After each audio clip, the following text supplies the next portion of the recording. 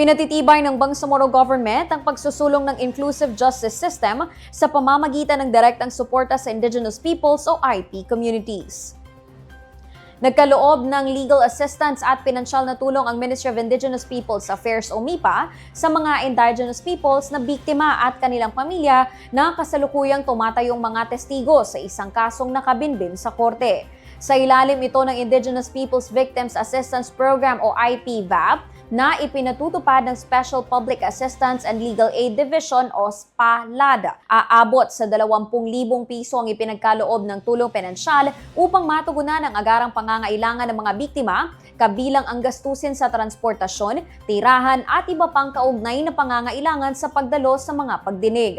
Ayon sa MIPA, layunin ng programa na matiyak na hindi na pag-iiwanan ang mga IP sa paghahanap ng hustisya, lalo na sa gitna ng mga hamong kinahaharap ng kanilang komunidad tulad ng limitadong resources, geographical na kalayuan at kakulangan sa akses sa serbisyong legal. Sa pamamagitan ng koordinadong aksyon ng BARM government, binibigyang lakas ang mga biktima upang aktibong makilahok sa proseso ng hustisya habang pinangangalagaan ang kanilang karapatan, dignidad at kultural na pagkakakilanlan.